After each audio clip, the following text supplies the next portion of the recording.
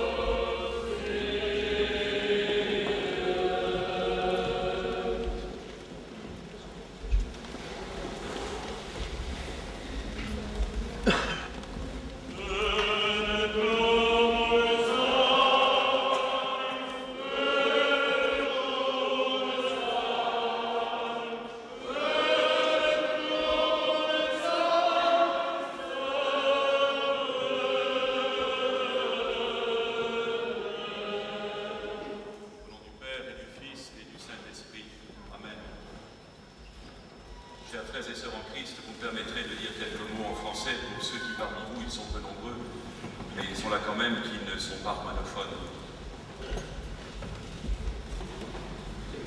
Dans l'évangile que nous avons entendu aujourd'hui, et qui est lu chaque année avant la fête de l'exaltation de la très sainte et vivifiante croix,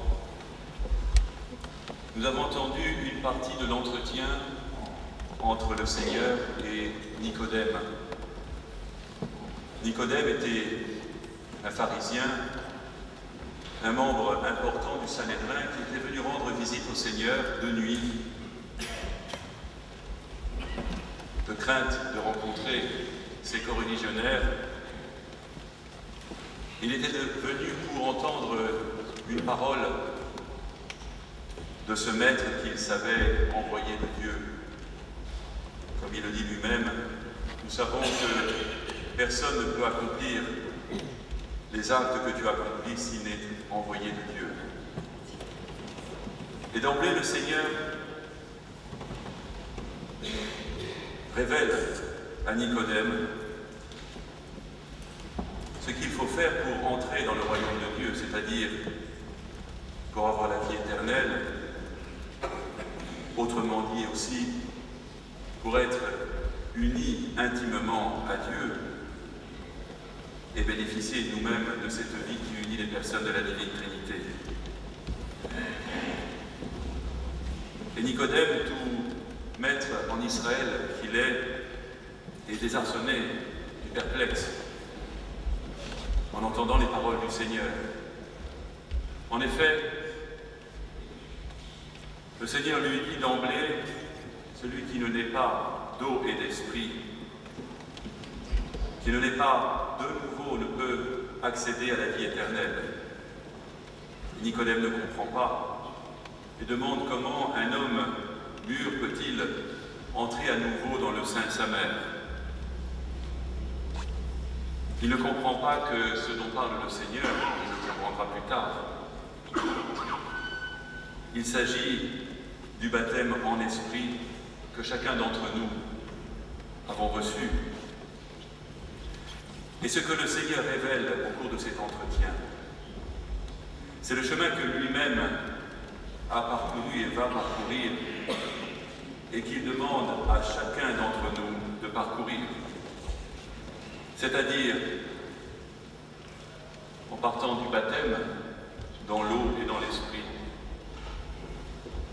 jusqu'à l'acquisition de la vie éternelle à laquelle chacun de nous est appelé par ce dessein du Seigneur, mais en passant par la croix. Or, si nous avons tous été baptisés, nous tous qui sommes présents ici, nous avons tous à passer par la croix pour être co-participants avec notre Seigneur et notre Dieu de cette vie éternelle. Et par là où est passé le Maître, il faut que le disciple passe, lui aussi.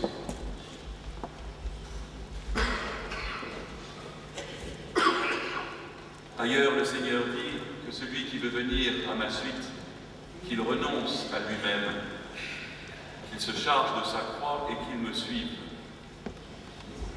Frères et sœurs en Christ, nous ne pouvons pas faire l'économie de la croix, qui seule nous permettra de ressusciter pour la vie éternelle. Nous ne pouvons pas nous contenter d'avoir été baptisés autrefois et de rester tranquille, sans vouloir tous les jours de notre vie, et c'est là la croix pour chacun d'entre nous. Aimer le Seigneur notre Dieu de tout notre cœur, de toute notre âme, de toutes nos forces. Nos pères dans la foi qui ont été martyrisés ont confessé le Seigneur et ont souffert et ont porté la croix un instant, le temps de leur supplice. Ce qui nous est demandé à chacun d'entre nous, et non pas dans un but morbide, mais bien pour obtenir la vie, c'est nous aussi d'être des martyrs, mais d'un martyr discret et quotidien. Cette croix que nous avons à prendre tous les jours de notre vie, et qui consiste à renoncer à nos passions égoïstes, à renoncer à nous-mêmes, pour donner la préférence au Seigneur. Et là, frères et sœurs, en Christ, il ne s'agit pas d'un choix, ou plutôt, le choix nous est laissé, mais pouvons-nous hésiter entre ce qui peut nous donner des joies momentanées, des satisfactions aussi éphémères, et hésiter avec la vie éternelle. Or, si nous refusons la croix, c'est-à-dire si nous préférons le monde, nous ne pourrons entrer dans la vie éternelle. Non pas que le Seigneur nous condamne, il le dit lui-même, il n'est pas venu juger ou condamner le monde, mais nous nous condamnons nous-mêmes, car nous refusons ce que le Seigneur nous propose, en remettant toujours à plus tard notre conversion, en remettant toujours à plus tard d'offrir tout notre être entier au Seigneur. Si nous sommes des hommes et des femmes au cœur partagé, nous ne pourrons pas entrer dans le royaume de Dieu. Et c'est aujourd'hui que ce changement doit commencer. Ça ne sert à rien, frères et sœurs, de venir tous les dimanches à l'église si c'est pour entendre l'Évangile et ne pas chercher à le mettre en pratique. Bien sûr, nous serons confrontés à notre faiblesse. Bien sûr, nous tomberons. Mais ce que le Seigneur attend de nous, c'est la persévérance. Si nous tombons dans ce chemin qui mène vers lui, ne comptons pas sur nos propres forces pour nous relever, mais laissons-nous relever par la toute miséricorde de notre Seigneur. Et de grâce, ne laissons pas pour plus tard le moment de dire au Seigneur, « Voici, je viens, je veux faire ta volonté. » À notre Dieu soit tout honneur, toute gloire et toute adoration dans les siècles des siècles. Amen.